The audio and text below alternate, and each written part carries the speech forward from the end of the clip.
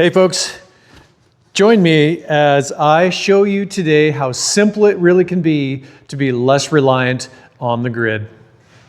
So we're going to wire up this very simple little 2-panel system. This would be great for an RV or a small cabin, as that's what I use them for. And so we're going to do everything from just putting a battery in the system to hooking up the charge controller, and I will show you how to do everything. Again, super easy. I am not paid by this company, EcoWorthy. I use this myself and have tested this for a few years. I have a system just like this one on a cabin, and so I just want to show you what I do to set this up. So one of the first things to get figured out is how you want to mount them or where you want to mount them. And in this particular kit, one of the reasons I like it is because it comes with these angled brackets. It comes with all the bolts and the brackets and everything, even some gasket screws to go through like a metal roof of some sort. And so you can choose what you want to do or how you want to do that. That said, typically what I've done is I have made some kind of an aluminum frame to put them on roofs, or you have to consider where the wind is coming from and how much adverse climate you're going to get. Put them on an angle if you can towards a south facing. Here anyways, it's south facing sunshine, and so you want to optimize for position of them. So obviously if you're traveling in a RV or something like that, then just kind of get them somewhere on the top that they'll get the most direct sunlight. So that's the first thing, is getting the mounting out of the way. That's probably the most time consuming part of this, in my opinion. You could even use wood, really. At the end of the day, you could make a wood frame and use these to screw them to it. It doesn't have to be complicated. So don't get too confused by this box or this panel here. This is really just for use in one of my cabins. I use these boxes for a bit of electrical system. But this is all very simple stuff here, but just kind of don't take any regard to some of these other things. This is the charge controller, and it comes with a kit. None of this other stuff came with it. It was just this charge controller in this EcoWorthy system. And so that's what we're going to be wiring to. I just have it set up in there obviously for a future project. So let's hook up the battery. This is the very first thing that you're supposed to do to these charge controllers. There is an order, and it's in the instructions. It's very simple to follow. And so there's an order of what you should hook up first to last. And then when you take it apart, you do it in reverse order. It's very important because that keeps the charge controller from getting a surge, and it will actually cook them if you don't do it right. So first things first, you want to hook up the power source. So whatever you're using as a storage system, and here I'll show you very quickly what that looks like. This is obviously just a lead acid battery. Again, nothing complicated, and you can use lithium ion. You can use a gel type battery or this lead acid type, and this charge controller will do all three different types of batteries.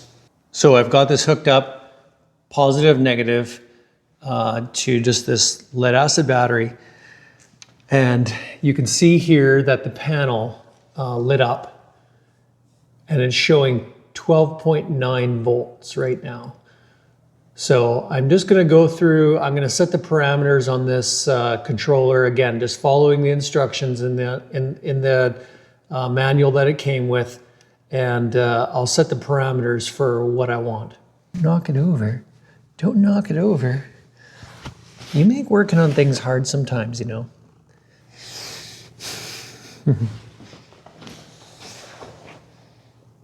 Okay, so one of the reasons I love this controller is because it's so simple. One button, control, and I'll show you here. It just cycles through some of the things that it'll keep track of. So first of all, it's just showing the 12.9. That's the current voltage in the battery.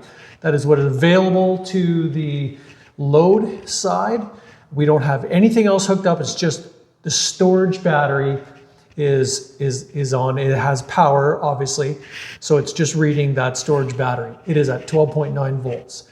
Hit the button once. You can see this is what would be coming from the solar panel if the solar panel was hooked up.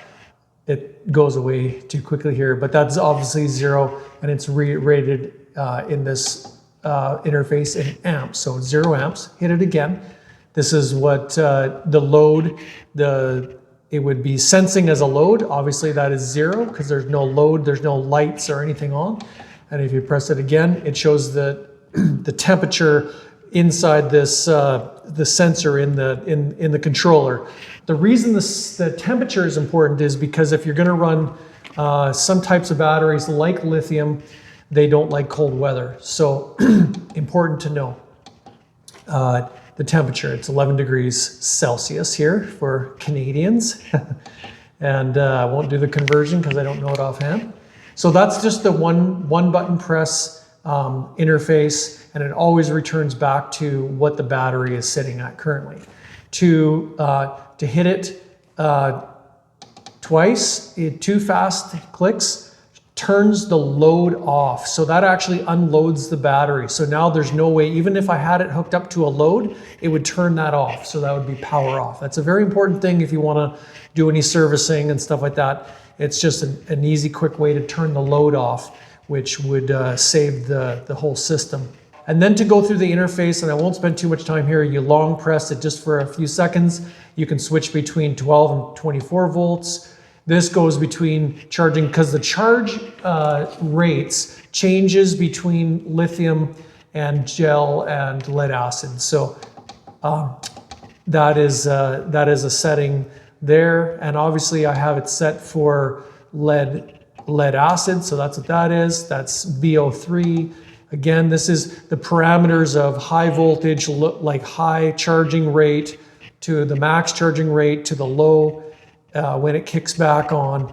And anyways, I won't get too far into that. The point is that those parameters come preset in the system. You don't have to do much to it, but they're all there if you want to change it. And but it's all done from one button and just so user friendly.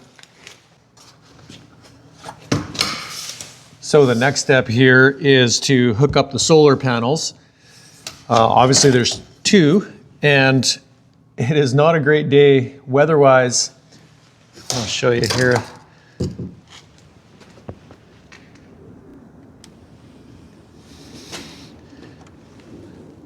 We have overcast skies, so there's some light coming through, but not much. So I have these panels turned backwards, and I'll hook these up and I'll show you how to do that. But I like to use a little bit of dielectric grease, just a touch in the connections. I feel like that keeps things connected without corrosion as long as possible. These are exposed to the weather, but they're supposed to be sealed. But anyways, just to be extra sure. So in DC, which is what this is, direct current, DC, the opposite or the other being AC, which is alternating current, which is what you would use in your housing, regular house appliances and things like that are mostly going to run on AC. So what you get is you get very simple red, which is positive, black, which is negative. And these connectors come in the kit. So these MC connectors just plug in. I'll show you here in a second. But because we have 2 panels, we need to coordinate, because the positive from this panel and the positive from that panel need to go into the same red wire here. It's made very, very easy for you. So what this does is this red side here has these 2, has a splitter. So the one, and they only go one way. So the one goes into that one. Oh, and I didn't make that long enough. And the other goes into the other one like that. And then the exact same for the negative. So there's the negative one, black wire, only goes one way.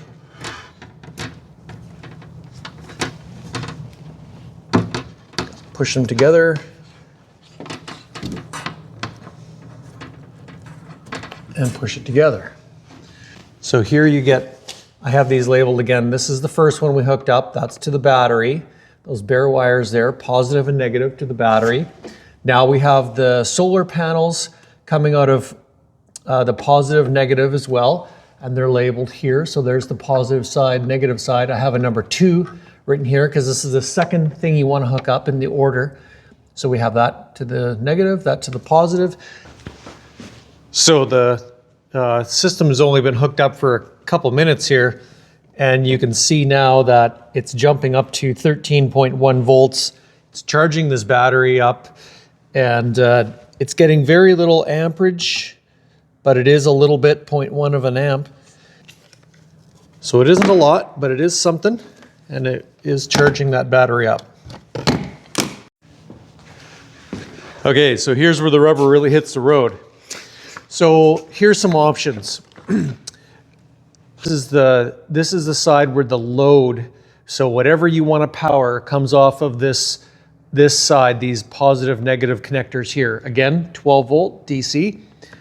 And you can run lights on in a small cabin. I run a diesel heater and some lights in one of my cabins off of just this tiny little system here.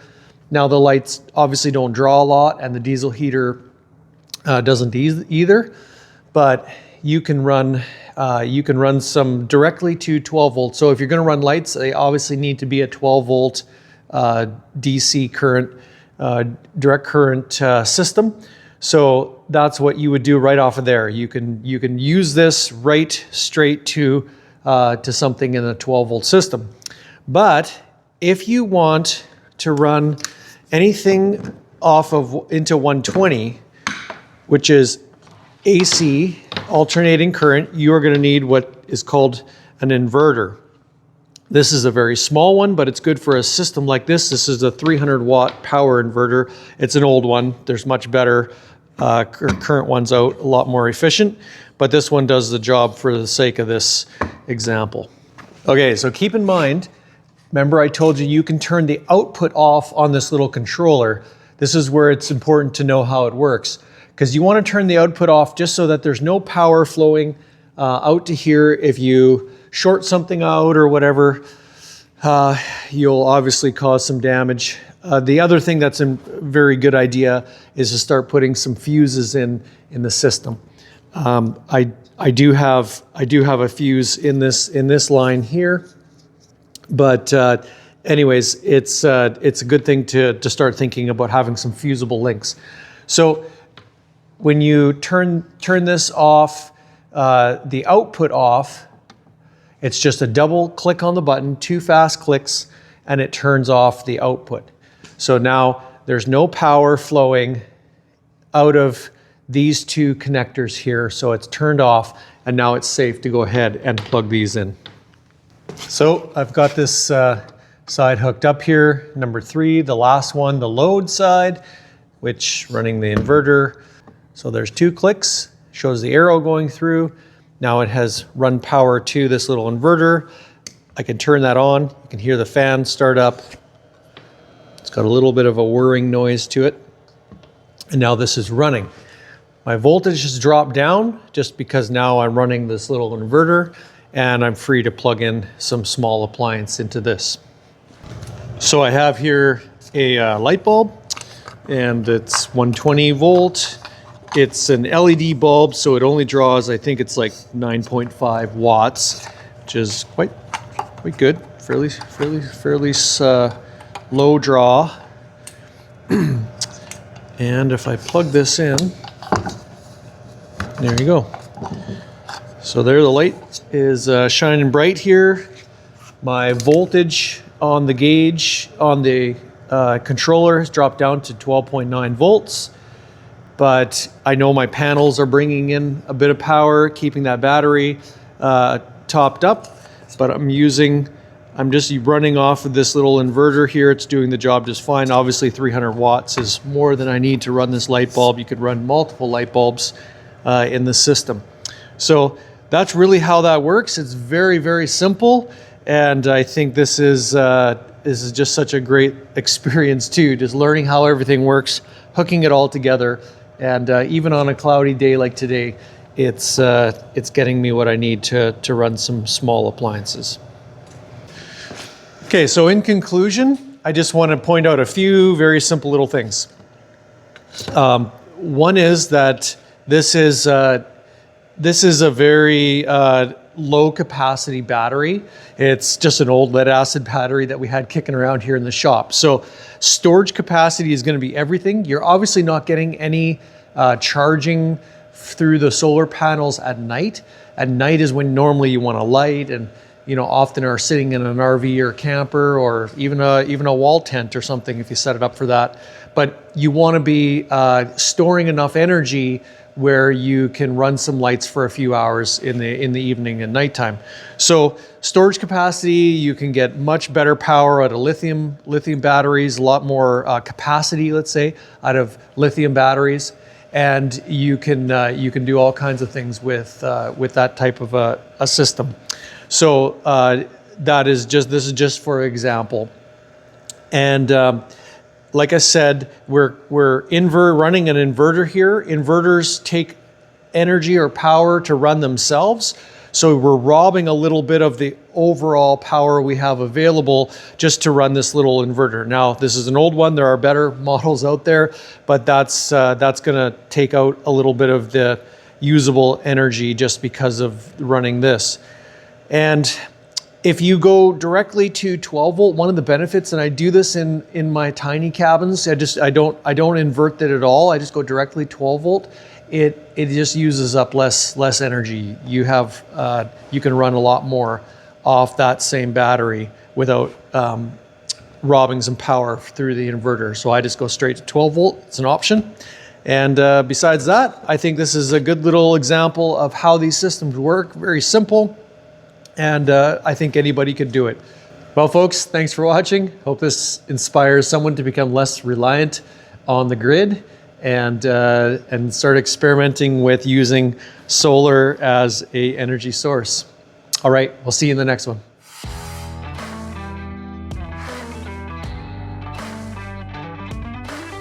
Thanks for watching. Don't forget to like, subscribe, and share.